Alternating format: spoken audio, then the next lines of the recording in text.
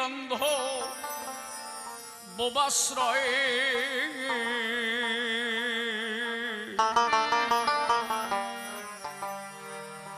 মনের মানুষ ধরা মনরে ফেরা মুখের কথা নয় মানুষ ধরা মনরে ফেরা মুখের কথা মনের মানুষ ধরা মনরে ফেরা মুখের কথা নয়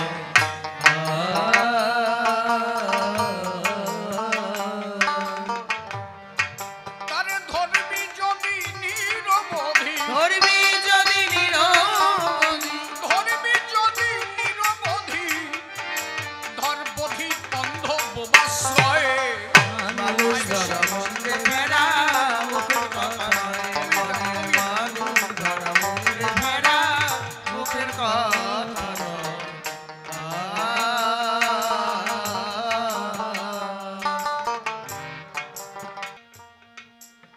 আমি যে গানটা পরিবেশন করছি এই গানটা লিখেছিলেন শ্রীমত শ্রী গোসাই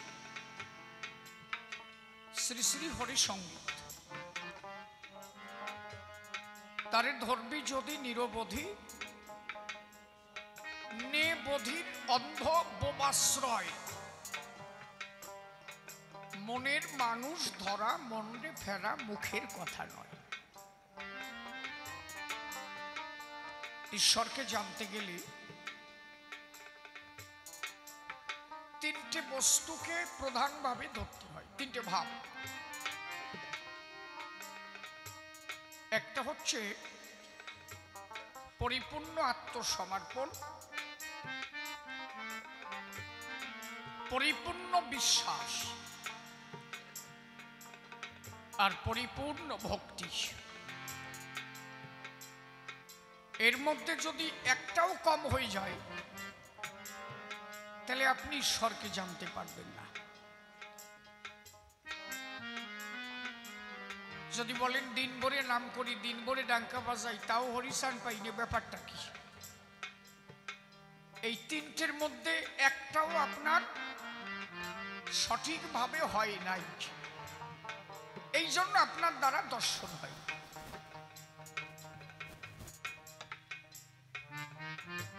পরিপূর্ণ আত্মসমর্পণ কেমন জানো দেহটাকে পূর্ণভাবে সমর্পিত করা মনটাকে পূর্ণভাবে সমর্পিত করা অশ্বিনী গোসাই লিখেছে না সমর্পিত দেহ মম আমিত্ব কিয়া আমিত্ব স্বামিত্ব তুমি সর্বামূলাধা আমি দেহ সমর্পণ করেছি তোমার পায়ে আমার তো আর আমিত্ব থাকার কথা নয় একবার ভক্ত যদি তার দেহ ছেড়ে দেয় গোবিন্দের পায়ে জাগতিক জগতের ভাবনার থাকে না তখন সময় আমরা কয়জন করতে পেরেছি তাই ডাঙ্কা বাজাই হরিনাম নেই তার দ্বারা যে কাজ হয় না তা না হয় কিন্তু একান্ত আপন করে তারে পেতে যতটুকু দরকার সেইটা আমার এখনো পূর্ণ হয় না যে কয়জন গোসাইগিরি দেয় সবার কথা বলি না একে ব্যাগাতায় দেখবা সুগারের ট্যাবলেট বড়া প্যারাসিটামল বড়া গ্যাসের ট্যাবলেট বড়া এটা তুমি যদি আত্মসমর্পণ করো দেহ যদি সমর্পিত করো এত ওষুধ তোমার আগের মধ্যে থাকবে কেন ওই ডানখাই বাড়ি দেবে কয় ঝাই দেবে দূরে যেয়ে ট্যাবলেটটা খাইয়ে আইটি আসবে দেখবা মতুয়া হয়ে যে বা ঔষধ খাইল মনে রেখো সেদিন থেকে সেই মতুয়া মরিল এত তুমি ঠাকুরকে ডাকছো আত্মসমর্পণ করেছো তার পায়ে তোমার ব্যথা হোক বেদনা হোক জ্বর হোক তোমার তো ওষুধ খাওয়ার কথা নয় তুমি তো ঠাকুরকে বলো বাবা এ দেহ তো তোমার, আমার তো না। ব্যথা বেদনা যাই হোক, দেহ তোমায় করেছি দান। বলো তুমি আমি আর ওষুধ খাবো কেন? জীবন্তে মরা না হলে তারে পাওয়া নাহি যায়, মরার মরা হয়ে থাকলে মেলে তারে ভাই। জ্যান্তে মরা অতি, সে আসে কখন? সে আসে তখন যখন দেখে যে সমস্ত দিক থেকে ট্রাই করে আর পারে না, যে আমারে তাও সারে না। বলে না, যে করে আমার আশ তার করি সর্বনাশ, তবুও যে সারে না পাশ, আমি তার হই দাসের অনুরাস।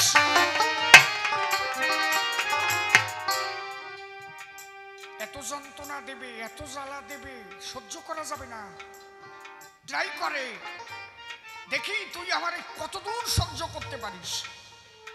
সমস্ত জ্বালা যন্ত্রণা সহ্য করে তবুও তার মধ্যে থেকে যখন বলে দয়াল তুমি মিলে আমার বান্ধব নাই, তখন সম্মুখ এসে বলে আমি আছি তোর জন্য, তুই আমার কাছে আয়, আমি দাঁড়িয়ে আছি।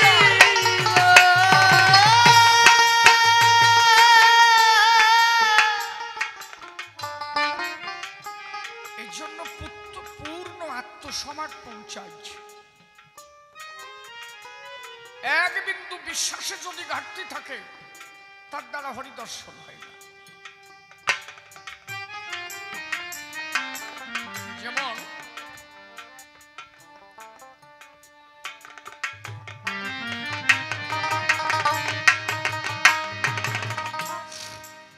এই মন্দিরে দুটো বিগ্রহ আছে। বিগ্রহ দুটো কিসে? আমার হরিচাঁদ শান্তি মাতা, তাই তো? তৈরি কি দিয়া? হয় ফাইবার দিয়া, নইলে সিমেন্ট বালি দিয়া, নইলে পাথর দিয়া, তাই তো? আচ্ছা, আমি যখন প্রণাম করছি, ওই যে ওই মাটা ওই যে প্রণাম দিচ্ছে, তো প্রণাম দিয়ে যদি ভাবে যে ওটা ফাইবারের ভগবান, ওর মধ্যে কি আত্মা আছে, দূর দূর দূর দূর, ঈশ্বর প্রাপ্তি হবে? তাহলে যখন প্রণাম দিতে হবে, ওটা ফাইবার না পাথর না সিমেন্ট বালি, এই ভাবনা থাকলে তো তুমি অবা খালি খালি। প্রণাম যখন তুমি করেছো দান, ওর মধ্যেই আমার ভগবান অধিষ্ঠান। এই চিন্তা রেখে, পূর্ণ বিশ্বাস রেখে যদি কেউ করে আত্মসমর্পণ, তবেই তার হতে পারে হরিদর্শন।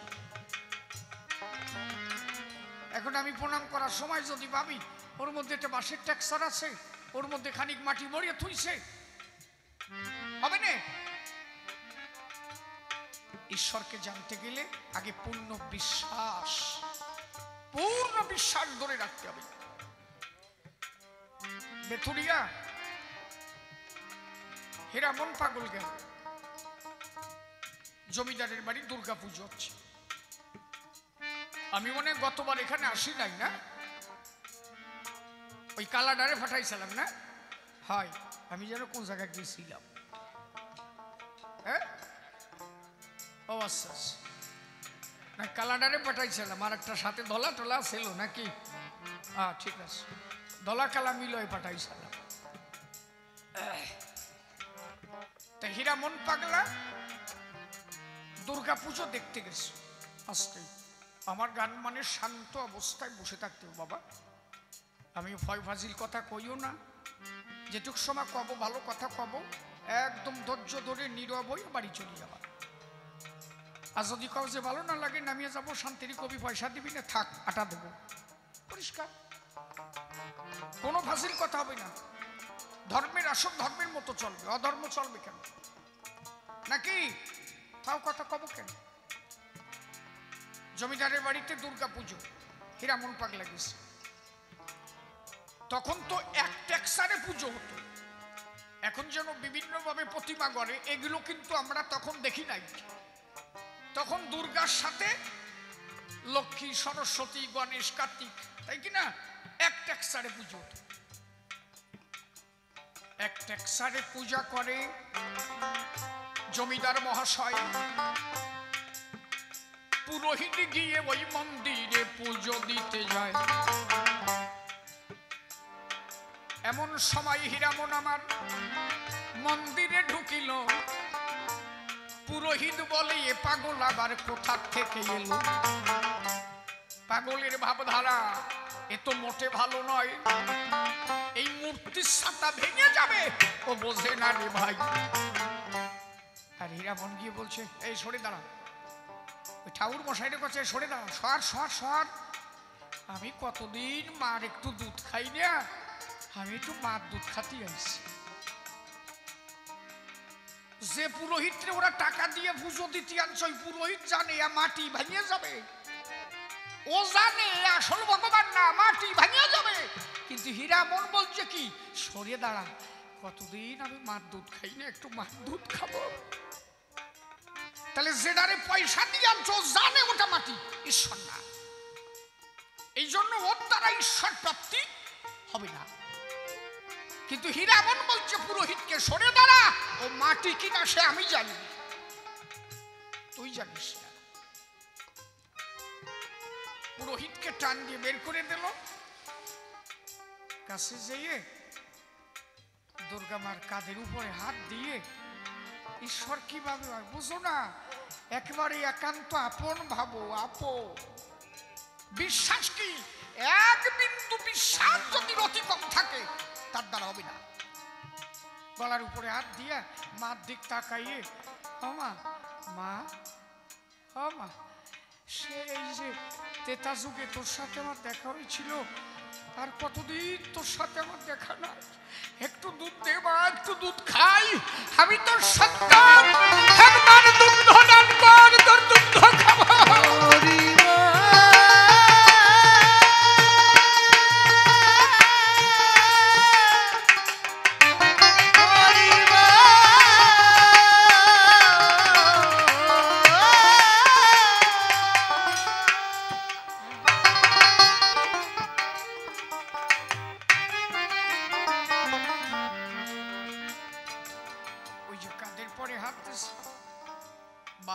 কাঁধের পরে দিয়ে মুখের দিকে তাকাইয়ে ছেলে যেমন মার কাছে কয় সেই বাবু, মা একটু দুধ দে না খাবো। হাতখানা কাঁধের পরে রেখে মাটির মূর্তির ব্লাউজটা খুলে মুখখানা দিয়ে দিয়েছে টান। স্তনের উপরে হাজার হাজার দর্শনার্থী ছিল ওই মন্দিরে। সবাই ভাবলো পাগল করে কি, এই শালা মাটির মূর্তি দুধ দেয়। যে কয়জন দেখতেছে সবাই জানে মাটি, কারণ পূর্ণ বিশ্বাস তো কারো নাই। পাগলের পূর্ণ বিশ্বাস ছিল ও মাটি না, আমার মা। স্তনে মুখ লাগাইয়ে যেই দিয়েছে টান, সঙ্গে সঙ্গে স্তন হতে দুগ্ধ হচ্ছে নিঃসরণ। টপ টপ করে দুগ্ধ তখন মাটিতে দেখো পরে, একবার প্রেমানন্দে হরি হরি ভালো না হরি হরি হরি হরি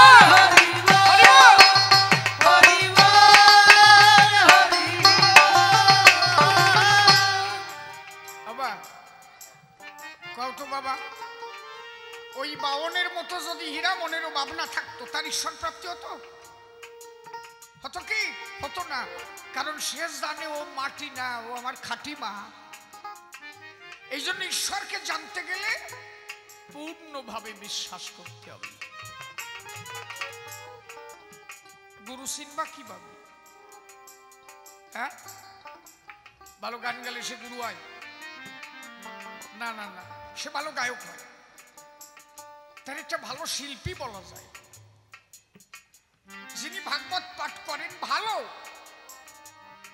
তাকে ভালো পণ্ডিত বলা যায়, ভাগবত পাঠক বলা যায়, গুরু হতে পারেন না। যিনি ভালো শিক্ষিত তিনি বিদগ্ধ পণ্ডিত হতে পারেন, কিন্তু গুরু বলা যায় না। গুরু হয় কে জানো? গুরু হয় সে যার হরি নাম নেওয়া মাত্র চোখের জল টপ টপ টপ টপ করে ঝরে পড়ে। সে যদি কিসের খাটে সে গুরু হতে পারে। এই দুইজন এনে কেনা বসাইছে, তোমার মায়ের চল নাকি এই নিয়ে সামনে বসে গান শোনা যায়? পরে আমার দ্বারা ফাটা দাও।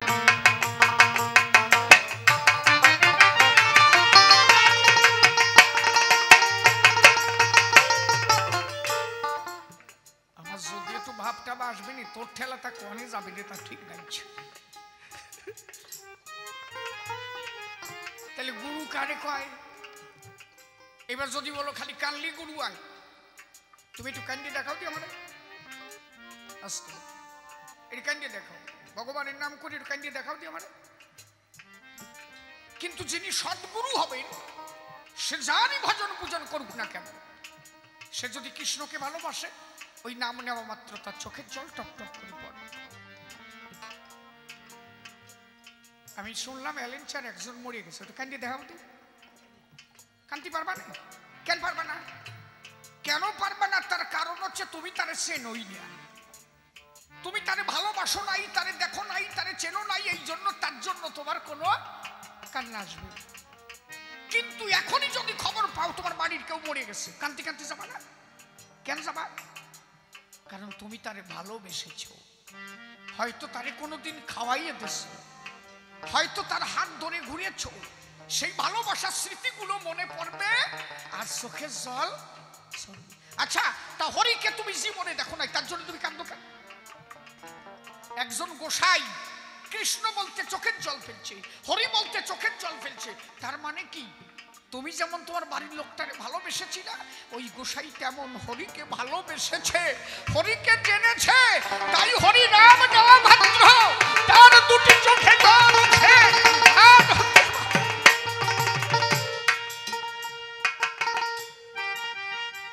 প্রেম কি সহজে আসে? তাহলে যিনি ঈশ্বরের একান্ত কাছের মানুষ, যিনি ঈশ্বরকে ভালোবেসেছেন, তার জন্য যার নাম নেওয়া মাত্র জল আসে, মনে রাখবা তিনি একজন গুরু। কেন? তিনি জানেন যে কোন পথে গেলে তার একান্ত কাছে পাওয়া যায়, নইলে তার হরি নাম বলা মাত্র চোখের জল আসত না। আমার কথা বোঝা যাচ্ছে বাবা? সাধু হলে তার তিনটে ভাব প্রাপ্ত হয়। আসর হয়েছে এইরকম, মানে আমি যে কয় দিক ফিরে গাবো এই একটা বিষয়। এবার এটা এইদিক ঘুরি নাকি? পিছনের কয়জন আর কি হবে, যাওয়াই হবে না, এসে পরে দেখ পানি। তোর মাইয়া হাসি হাসি এবং কুটি কুটি হয়ে যাচ্ছে। আচ্ছা, সাধুর তিনটে অবস্থা, একটা হচ্ছে শিশুবধ, আর একটা পিশাচবধ, আর একটা হচ্ছে জড়বধ। এই যে যেগুলো দেখো না, যে সাইজে কাজে ঘুরিয়ে বেড়ায়, তো কয়টা যে সাধু মেডিকেল টেস্ট বসালি বোঝা যায়। সাধু হলে তার তিনটে ভাব প্রাপ্ত। শিশু ভাবটা কি? এখানে যদি কোনো একটা বাচ্চা ছেলেকে আমি হাতে ধরে বসি, ওই এখানে প্রস্রাব করে দেবে, এখানেই পায়খানা করবে। কেন? ও জানবে না যে এত লোক এখানে বসে আছে, ওর লজ্জা, ঘৃণা, ভয় এর একটাও ওর মধ্যে নাই। সাধু হতে গেলে আগে তিনটেকে বিসর্জন দেওয়া উচিত, লজ্জা, ঘৃণা, ভয়, তিন থাকিতে নয়। জড়বৎটা কি জানো? এই বক্সটা এখানে পড়ে আছে, যত সময় কোন জীব বা কোন প্রাণী ওকে না নড়াবে, ও নড়বে না, ও কিন্তু ওইরকম মা কাঠার মতো পড়েই থাকবে। সাধু হয়ে গেলে ওইরকম পড়িয়ে থাকে। এই আপনার এখানে কবিগান শুনছেন, দেখলো কোনো সাধু এর পাশে কোনো একটা জায়গায় কোনো কোনায় একটা খুঁটির গড়ায় একা একা বসে গান শুনতেছে, পাশ দিয়ে মানুষ চেঁচাচ্ছে, এই পাশ দিয়ে গন্ডগোল বাজছে, ওর কোনোটাই আসে যায় না, ও চুপ করে হরি কথা শ্রবণ করছে। জড় বস্তুর মতো পড়ে রয়েছে, কারো কথাও শুনবে না। ও কার কথা শোনে? সেই মানুষ যেভাবে ইশারা দেয় সেইভাবে চলে, আর কারো কথা শোনে না এ মহিমণ্ডলে। আর পিশাচবৎ কি? নিজের পায়খানা গায়ে মাখায় থাকবে, নিজের গু নিজের গায়ে মাখায় থাকবে। মানুষ কবে কি হ্যাঁ সাতা পাগল হয়ে গেছে। আসলে যে ওটা কোন পাগল তা তো তুমি জানো না। আমার বিচরণ পাগল মাথায় ধামা নিয়ে গু পরিষ্কার করে বেড়াতো। কয়জন এসে খবর দিল, বাবা ওই ওরাকান্দির ওই পায়খানা দিয়ে গু বেরোচ্ছে না, কি করি? কাজে দাঁড়া আমি যাচ্ছি। যাইয়ে পাইপের মধ্যে এতখানি হাত ঢুকোয় গুটা নিয়ে বার করছে।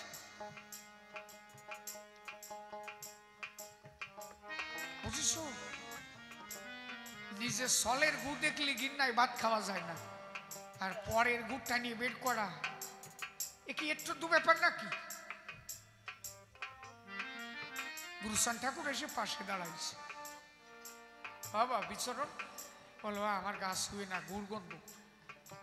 ঠাকুর বলছে কি, বিচরণ রে, সবাই তোর বাহ্যিক জগৎটা দেখে, তোর গায়ের গুড় গন্ধ, আরে তোর ভিতরে যে হরি প্রেমের সুগন্ধ আছে, সেই সুগন্ধের জন্য তোর গুড় গন্ধ ঢেকে গেছে। তোর মতো ভক্ত পেলে আমি আনন্দে তোরে নিয়ে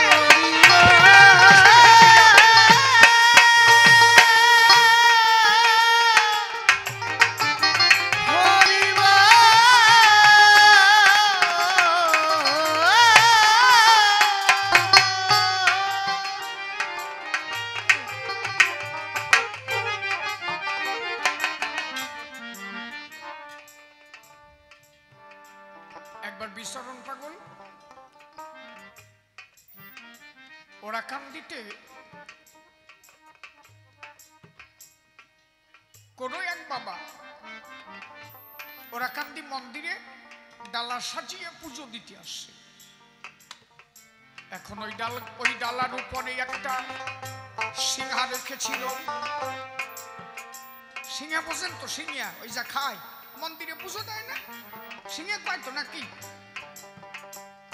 ওই সিংহে দিয়ে যখন পুজো দিতে গেল, ওই বাবা পুজো দিয়ে উঠিয়া দাঁড়ায়, দেখে বিচরণ পাগল সিংহে ভেঙে একা একা খায়।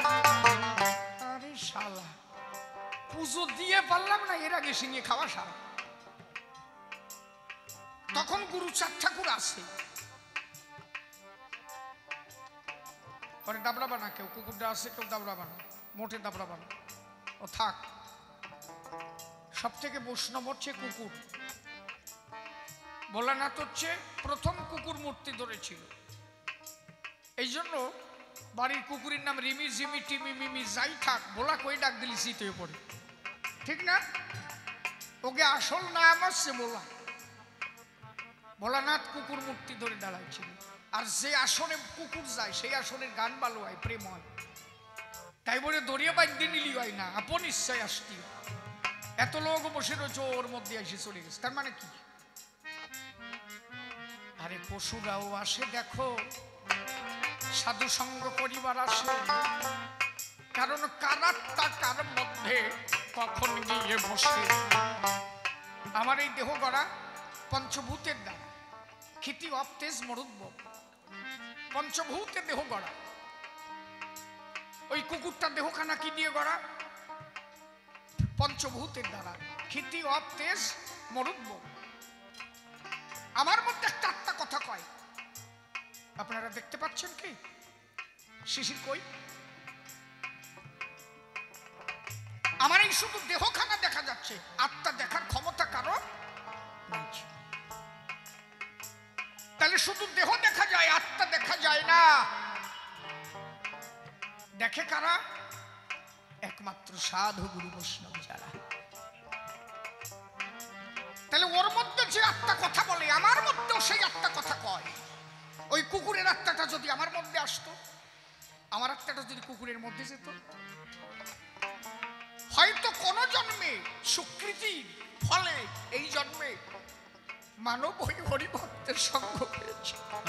আরে আর ও হয়তো কোন জন্মের কুকর্মের ফলে এই জন্মে ও পশুজনী ভেদ করেছে। তুমি যদি এই জন্মে কোনো বাজে কর্ম করে যাও, হয়তো তোমারও কুকুর হয়ে আসতে হতে পারে। আর তুমি যদি সৎকর্ম করে যাও, ঈশ্বর যদি চিন্তা করে তোমার দিকে আবার আমার কাজ আছে, আবার তোমায় হরিভক্ত হয়ে জগতে পাঠাবে, সেদিন প্রেমানন্দে সবাই মিলে হরি গুণ গাবে। হরি হরি বল। থাক আর দিয়ে না, জোর হয়ে যাচ্ছে উলুধ্বনীতি। আর না দে ভাই ভালো, যেটা উলুধ্বনি না দেবে তার বোবা সল হবে আর বোবা মাই হবে। ওই জায়গায় একজন একটু কুরুত দিয়ে উঠছে আর একটা লোক দিল, কি রে ভাই হরিবাসনে এসে একটু উলুধ্বনি দিবা না? যেটা না দিবা বোবা সল হবে আর বোবা মাই হবে, টেয়ার পাবা না। অভিশাপ ঝাড়িয়ে দিচ্ছে। হরি গুরু চরণ প্রেমানন্দ হরি হরি বল, হরি হরি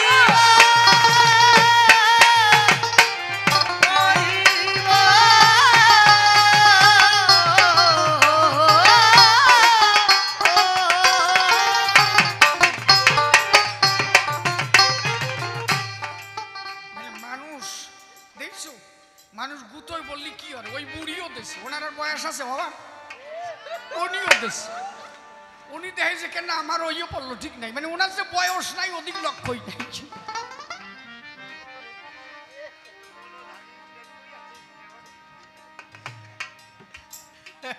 না না, তা উনি তো ভাবিয়ে চিনতে দেবে যে আমার হবে কি না, উনিও দেশে যজ্ঞে দেশে যখন ওনারও হোক শীতকালে হইয়া পড়ুক কি। হরিবল হরিবল হরিবল। জ্ঞান নামক পুত্র সন্তান সবার হোক, ভক্তি নামক কন্যা সন্তান সবার হোক। জ্ঞান আর ভক্তি পুত্র কন্যা মেনে নিও, তাই এই দুটো না জন্মালে তার ঈশ্বর প্রাপ্তি না। যারা দেশে তাকে হোক, যারা না দেশে তাকে হোক, কি তার সাথে পুরুষ জাতি যারা আমরা আছি আমাকে হোক, সবারই হোক। কোথায় ছিলাম যেন? এই জন্য যে যখনই কোনো হরিবাসরে যা আসুক তাদের কোনো ক্ষতি করতে নাই, ওরা আসে হরিবাসরে কিছু পাবার আসে। রাই রসরাজের নাম শোনা আছে না? রাই রসরাজ, এ কথায় কথা মনে পড়ে, তো রাত ভরে গান গাইতে হবে আমার। তোমরা থাকবা না বাড়ি যাবা না? থাকবা? বাবা, উনি আগে আটা দেবেনি, বেশি জুল যেটা দেশে ওইটাই আগে যাবে, আমি জানি।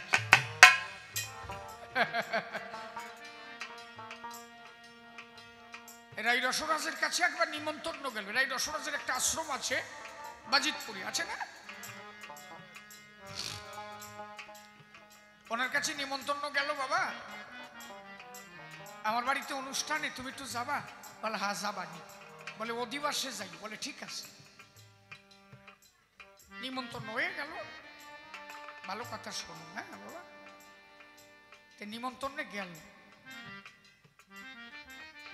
অধিবাস কেটে যায়, রাই রসরাজ যায় নাই। মৎসব হয়ে গেল, উনি যায় নাই। আর শিষ্য ছেলের ব্যথা কত মনে, গুরুদেব যদি না আসে অনুষ্ঠানে, যেমন আমার বাপ্পা ব্যথা পাইছে, ওর মাঘ মাসে অনুষ্ঠান হয়ে গেল, আমার দীক্ষিত ছেলে তো আমার নিমন্ত্রণ করেছিল, আমি আসতে পারিনি, গানে থাকি তো, ও ব্যথা পাইছে বাবা আসলো না। এইরকম না, সবসময় তো এসে পারা যায় না, আর আমি তো সেই রকম গুরুদেব না, বোঝো না? যারা সেই মার্গের মানুষ তারা সহজলব্ধ জিনিস নাকি। মৎসব হয়ে গেল, ও দামাই করে চাল ডাল নিয়ে গুরু সেবার জন্য যা যা ছিল তাই গুরুদেবের বাড়ি পাঠালো, যে দিয়ে বলল বাবা আর কোনোদিন কব না মৎসবে যাচ্ছিস। তা কান্দিস কেন? তুমি আমার গুরু, তোর থেকে ধর্মপথে জীবন শুরু, আর তুমি গেলে না, আমি আর জীবনে তোমার জাতি কব না। অজয় বুড়া কবাইয়া, আমি গেছিলাম, তুই কেন আমারে রাখলি না? তুই গেছিলি? ও যাই নাই আমি। এই যখন মন্দিরে সবাই অধিবাস কীর্তন করে তোর পাশে দাঁড়াইছিলাম, এটা চলাকাট দিয়ে বাড়ি দিয়েছিলি কেন? যখন মহোৎসব শুরু হলো, হরিসঙ্গীত গান হচ্ছিল শ্রী ঘোষাল, ভক্তরা প্রেমে আপ্লুত হয়ে গেল। আমি ভক্তের কাছে গিয়ে দাঁড়ালাম, আর সরে গেলাম, তুই আর একটা চলা কাঠ দিয়ে বাড়ি দিই। ভক্তরা যখন প্রসাদ নেয়, ভাবলাম আমারই শিষ্য ছেলে ভক্তদের প্রসাদ দিচ্ছে, আমি একটু পাশে দাঁড়াইছি, আমি নাকি প্রসাদ খাবো বলে দাঁড়াইছি, আর একখান চলা দিয়ে বাড়ি দিলি, তিনবার বাড়ি দিছিস, থাকা যায়? বললো আমি তো কুকুর বাড়ইছি, তোমারে বাড়ইনি।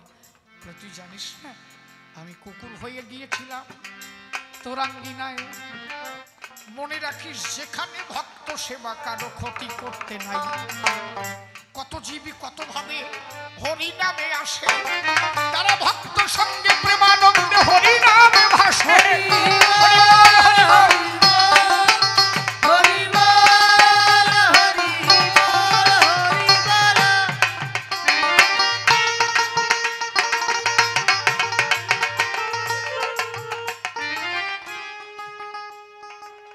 এই জন্য কে যে কখন কোন পরিস্থিতিতে আসে কেউ বলতে পারে না।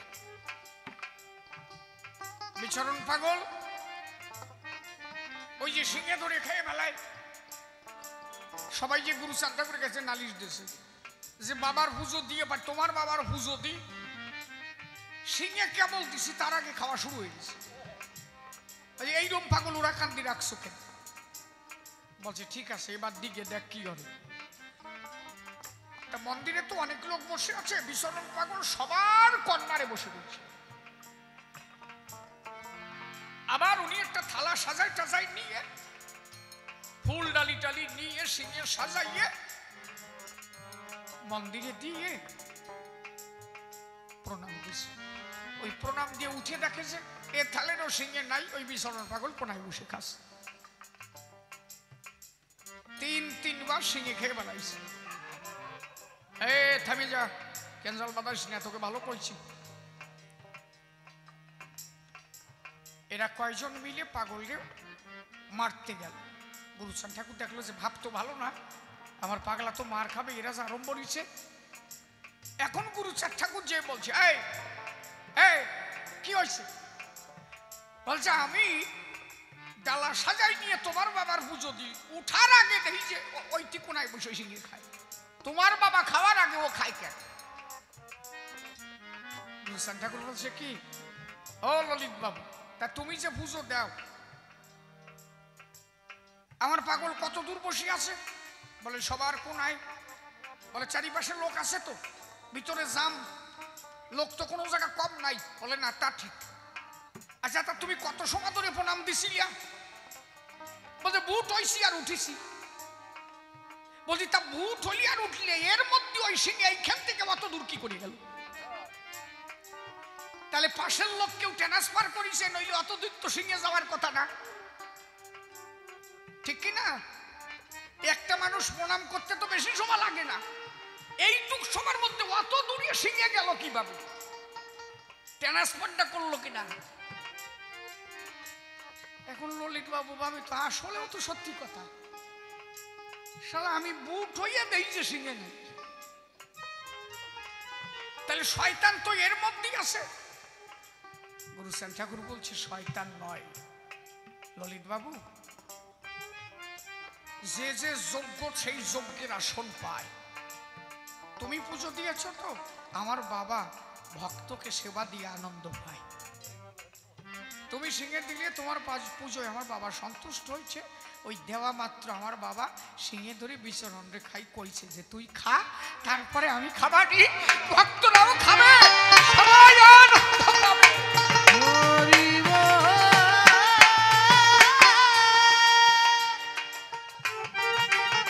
ভক্ত যদি কেমন হয়,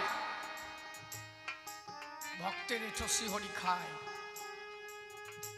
যেদিন হরিচাঁদ ঠাকুর লালচাঁদ গোসার বাড়ি যাবে, মাঝপথে যেতে যেতে ভক্তদের বাড়ি গেল। তা ভক্তদের বাড়ি গিয়ে বললো কি আমা ভাত খাবো, ভাত দে। বললো কটা মাছ টাছ ধরি? বললো না না মাছ ধরতে হয় না, যা আছে তাই দিয়ে দেখাবো।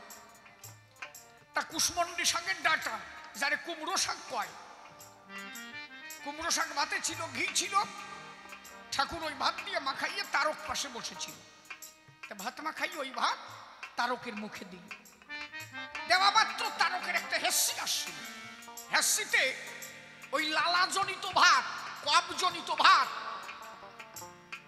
তারকের মুখের থেকে ভাত পড়ল বাবা হরিচাঁদের বুকের পাশে। খালি ভাবো ভক্তকে কত ভালোবাসে। ওই নালাজোলা মাখানো ভাত ঠাকুর দিয়েছে, তারকের দেশে হেসি উঠে সেই ভাত এসে ঠাকুরের বুকে পড়েছে। আর আমার ঠাকুর কি করছে জানো? ওই লালা, তারকের লালা মিশ্রিত যে ভাত, এক একটা ভাত খুঁটে খুঁটে ঠাকুর আমার খায়।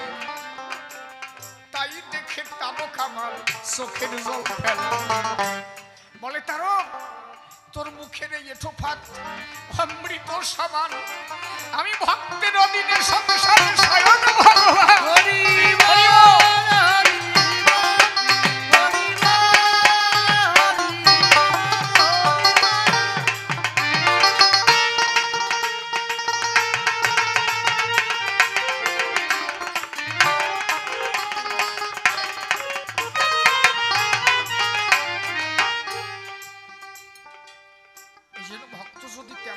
তার মুখের প্রসাদ ঈশ্বর তার মুখের এঁঠো গ্রহণ করে। তাহলে এটা হতে গেলে তিনটে ভাব, একটা বধির, একটা বোবা, আর একটা অন্ধের স্বভাব। আগে তুমি বোবার মতো হও, মানুষ হাজার কথা কবে, তুমি কারো কথা শুনতে যেও না।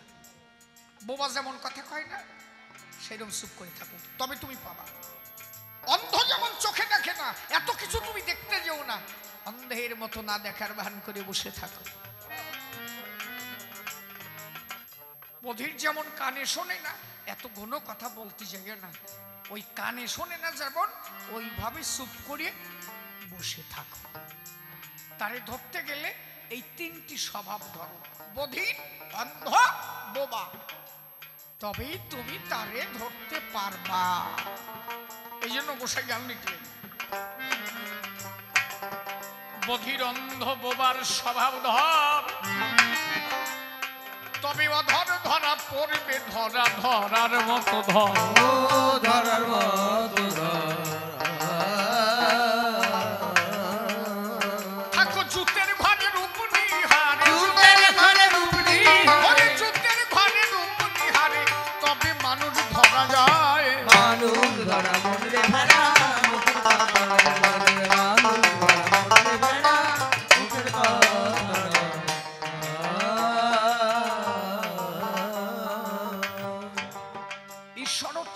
পজিটিভ পাওয়ার, একটা নেগেটিভ পাওয়ার, একটা পজিটিভ পাওয়ার। আপনার মধ্যে যদি সেই পাওয়ারটাই নষ্ট হয়ে যায়,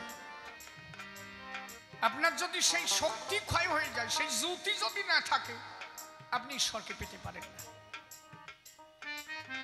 তাহলে কি ধরে রাখলে আপনার সেই পজিটিভ পাওয়ারটা তৈরি হবে, সেটা কি? আমি এক শিশির, আমার বাবা আমার মার কাছে গেল, মেডিকেল সায়েন্সে বলে 4 থেকে 5 কোটি, বলছে 40 থেকে 45 কোটি। একবারে সন্তান আমার বাবা আমার মার কাছে দিয়েছে 35 থেকে 40 কোটি। তার মধ্যে একটা শুক্রকীট আমি, আর সব ভাই বোন আমার মারা গেল, মাত্র একজন বেঁচে ছিল, সে আমি, আপনি, আমরা যারা সবাই। তাহলে প্রতিযোগী কত ছিল? 35 থেকে 40 কোটি। ওই যে যতটুক পিতৃসত্তা বাবা মার কাছে দেয়, ওর মধ্যে 35 থেকে 40 কোটি কীট থাকে, শুক্র কীট, যারে ছেলে মেয়ে কয় আমরা সন্তান বলে দি পরিচয়। ওইখান থেকে একটা মা একটা কীট গ্রহণ করে, আর সব মারা যায়। সেই একটা কীট আমি, আমার এইরকম পাওয়ার। তাহলে আমার বাবা যদি এইরকম শিশির সব ধরে রাখতো, আমার বাবার পাওয়ার কি হতো? ঈশ্বরকে জানতে গেলে আগে এই সুপ্রিম পাওয়ারটা, আমার কথা বোঝা যাচ্ছে কি? অশ্বিনী গোসাই এই জন্য লিখেছে, যেজন রক্ষা করে পিতৃধন, সেই সে ভাবে বাপের বেটা বিচক্ষণ, পিতৃধনে হরিধন বিরাজ করে, লয়ে রাসেশ্বরী রাসবিহারী মহাদাস করে। কোনদিন পাবা না হরিচাঁদের যত সময় পিতৃধন না রাখবা ধরি। কাউরে দেখবা বয়স হয়ে গেলে আরে যুবক যুবক ঠাই ঠাই না, আবার কাউরে দেখবা কি সে 20 বছরে যেন বুড়ো হয়ে শীতে পড়ে রয়েছে। কেন কও তো? আরে মানুষ কালা বলিও তার মধ্যে আলো জ্বলবে যদি তার মধ্যে সেই পজিটিভ পাওয়ারটা থাকে, ঝিলঝিল দেবে। ওই সত্তাটাকে যদি কেউ ধরে রাখে তার আলাদা ক্ষমতা না, সুপ্রিম পাওয়ার। আর ওই থেকে যত করবা খায় ও ধলা মানুষ হলিও চামড়া টামড়া ভাজবে।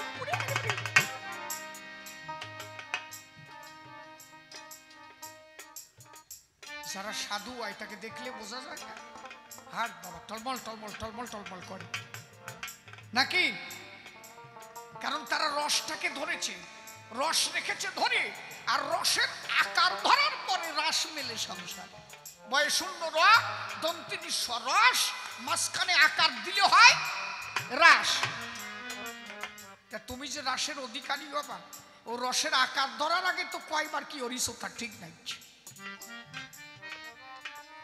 কথা বোঝা যাচ্ছে নাকি? এই যে মিস পাপিয়া ডান্স দিচ্ছে, ছেলে পেলে দেখতে যাচ্ছে। মহাপ্রভু কি বলেছে? দারু নারী হরে জইছে মনিরূপী মন। একটা কাঠ নিমৃত নারী তাই দর্শন করতে হয় না যতদিন না পর্যন্ত পরিপাটি হচ্ছে তোমার ভজন। যতদিন না পর্যন্ত তোমার দেহ পরিপাটি হচ্ছে। একটা নারী কোন একটা মেয়ে আসরে ডান্স দিচ্ছে, একটা ইয়ং ছেলে ওইটা দেখছে, ওর স্মৃতি বিভ্রম ঘটেছে। ওই ডান্স দেখে বাড়ি গেল, বাড়ি যে মারে বলছে মা ভাত দাও খাই। ও ভাত খেতে বসে থালার পরে ভাত দেখে না, দেখে যে মিস পাপিয়া ডান্স দেখছে। ও তো ব্রেনে ওইটা জড়িয়ে গেছে।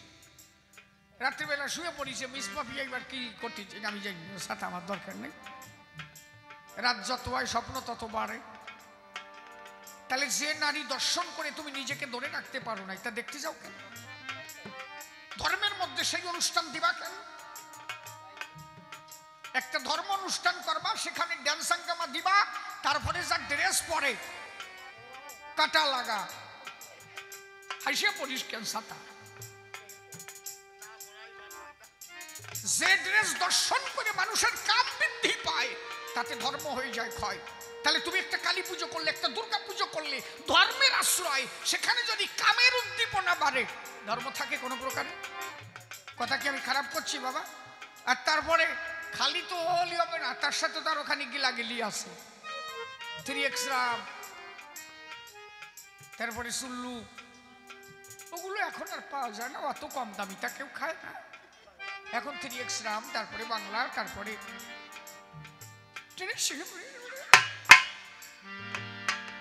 একটা কথা মনে রাখবা সারা জীবন, আমার হরি গুরুচাঁদের বাণী, কোন মাদক দ্রব্য কোনদিন কোন ধর্মের অঙ্গ হতে পারে না। এই যারা কয় যে কালী পুজোয় সুল্লু লাগে,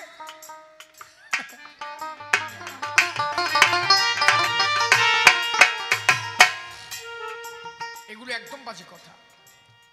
দেখবেন যে কটা ভোলানাথের ভক্ত গেজা খেয়ে সিটে পড়ে থাকে, আছে না? মানে ভোলানাথরে ডাকলি গেজা লাগবে। এই ভোলানাথ গেজা খাইছে, তোর কোন শালা কইছে? ভোলানাথরে বলে সিদ্ধিদাতা। সিদ্ধিদাতা মানে কি? স্থূল স্থূল প্রবর্তক, সাধক, সিদ্ধি। অশ্বিনী গোসাই গান লিখেছে, স্থূলে মূল তাল ঠিক রেখে প্রবর্তে নাম লবণের সুখে, সাধনের সাধকে তারে এই তোরে ডাকার বিধান, সিদ্ধে গিয়ে মাতাম দিয়ে যাওরে মত্ত মাতাল হয়ে, প্রেম সাগরে জোয়ার দিয়ে করো হরির নাম অমৃত পান, হৃদয় যন্ত্রে হরিনাম মন্ত্রে পুলিয়া সেতান। ভোলানাথ হচ্ছে সিদ্ধির ঘরে, সবসময় সাধনার ঘরে থাকতো, সিদ্ধির ঘরে। পরম বৈষ্ণব হচ্ছে ভোলানাথ গোসাই। এই জন্য অশ্বিনী গোসাই লাগছে না, হরি বল বল রে একবার, নিশা ছুটবে না রে, নাম অমৃত পান করিলে পাবি কি? হরি বল বল রে একবার, নেশা ছুটবে না রে, নাম অমৃত পান করিলে পাবি কি? হরি বল বল রে একবার, নেশা ছুটবে না রে, নাম অমৃত পান করিলে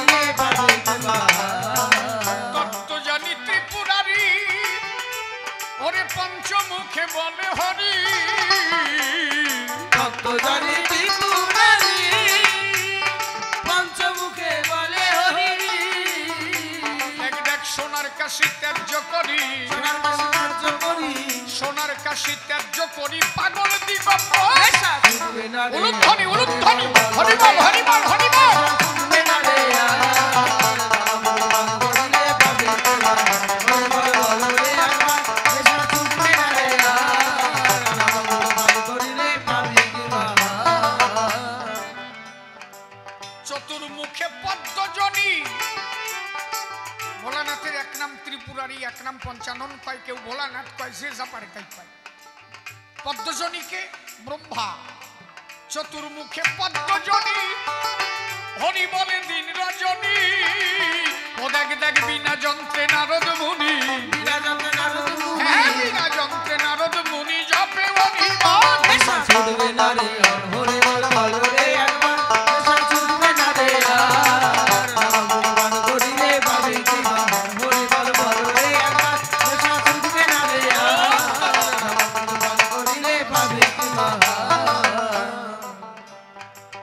এই হরি নামের তুল্য দিতে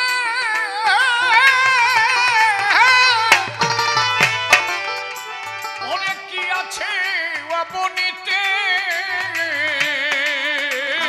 হরি নামের তুল্য দিতে কি আছে অবনীতে আরে হরি হতে হরি নামে হরি হতে হরি নামে হরি হতে হরি নামে মহিমায় অপার নেশা ছুটবে না রে হরি বল বল রে জয় হরি বল জয় হরি বল হরি বল হরি বল নাম গুণগান করিলে পাবে কি হরি বল বল রে একবার নেশা ছুটবে না রে নাম গুণগান করিলে পাবে কি হরি নাম সুধা সুধা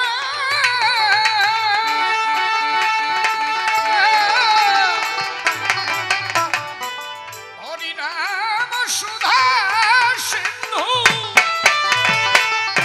ওরে পান করিলে তার এক বিন্দু হরি নাম সুধা সিন্ধু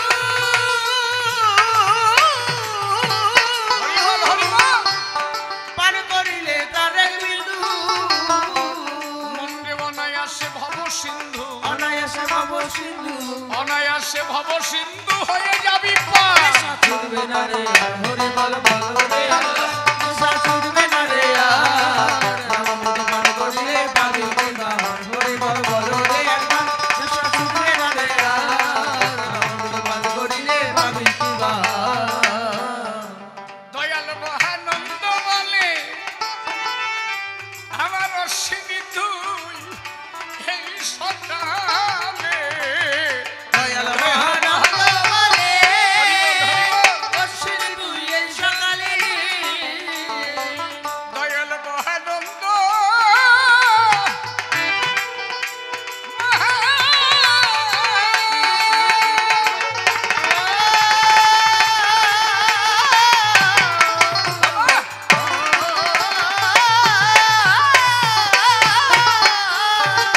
দয়াল মহানন্দ বলে অশ্বিনী তুই এই সকালে একবার হরি বলে তরি খুলে হরি বলে বাড়ি ঘুরে হরি বলে তরি খুলে চলো প্রেম বাজার নেশা ছুটবে না রে হরি বল হরি বল হরি বল ছুটবে না রে নাম গুণগান করিলে পাবে কি হরি বল বল রে একবার নেশা ছুটবে না রে নাম গুণগান করিলে পাবে কি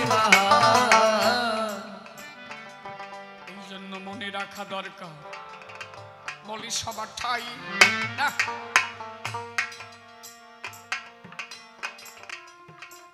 তাহলে আমাদের মধ্যে এই যে যে চিন্তাধারা এই চেতনাগুলো বাদ দেওয়া উচিত কোনো মাদকদ্রব্য কোনো ধর্মের অঙ্গ হতে পারে না ঈশ্বরকে কোনো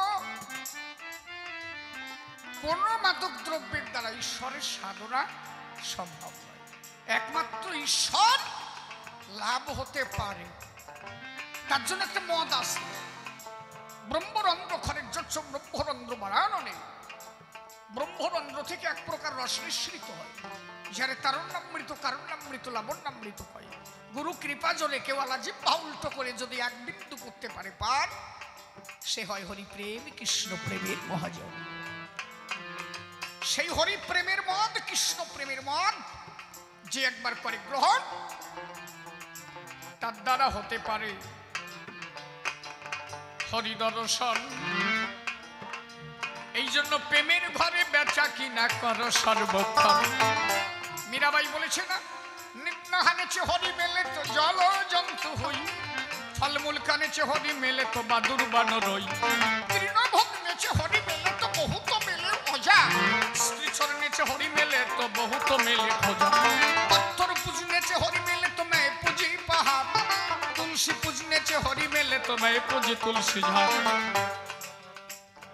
तुलसी पूजनेছে হরি মেলে তো मैं पूजी तुलसी झाड़, दूध पीनेছে হরি মেলে तो बहुत मेले बत्सवाला, मीरा कही बिना प्रेम से नहीं मेले नंदलाला, प्रेम ছাড়া এ জগতে প্রাণ গোবিন্দ নাই, অশ্বিনী গোসাইও আমার বলে গেছে তাই। অশ্বিনী গোসাই কি বলেছে? প্রেম শূন্য জীর্ণ দেহে কি বা প্রয়োজন, যার নাই ভক্তি রতন প্রেমার সাধন অকালে কালে মুখে হয় পতন, যোগী ঋষি দিবানিশি সাধন করি বনে বসি, ওরে থাকিও অনাহারে তবু পাই না দেখা বাঁকা সখা, যতদিন না প্রেম সঞ্চারে। তাহলে প্রেম ছাড়া কোনো কিছু হয় না দর্শন। আমরা বাজে খাবার খেয়ে ধ্বংস হব কি কারণ? এই জন্য অশ্বিনী আমার গান লিখলেন, আমৃত্যু দূর যখন হবে তবে হবে সে ভাববাচ্য স্বভাব কিছু না রবে, কিছু না রবে। ওরে এই দশা তোর যখন হবে, এই দশা তোর যখন হবে দেখবি জগৎ মানুষময়। মানুষ ধরা মনে ভেড়া মুখের কথা, মানুষ ধরা মনে ভেড়া মুখের কথা।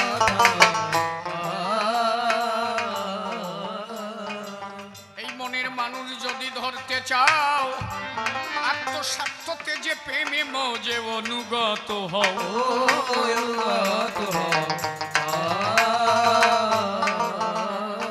হলে অনুগত মনের মতো, অনুগত মনের মতো তোমার মন মানুষ হবে সদাই। মানুষ ধরা মনে ভেড়া মুখের কথা, মানুষ ধরা মনে ভেড়া মুখের কথা। প্রেম নগরে হয় তার বসতি, সে যে প্রেমিক বড় ভালোবাসে, প্রেমে যার আত্মী,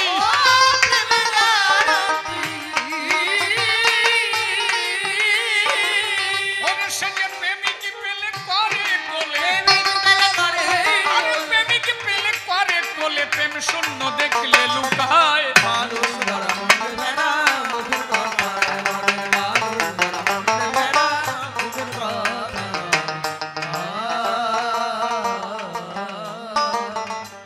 দেখে বলে তারক রসনা, আমার মনের মানুষ সরিচার তার কর উপাসনা। ও বড় পাশনা,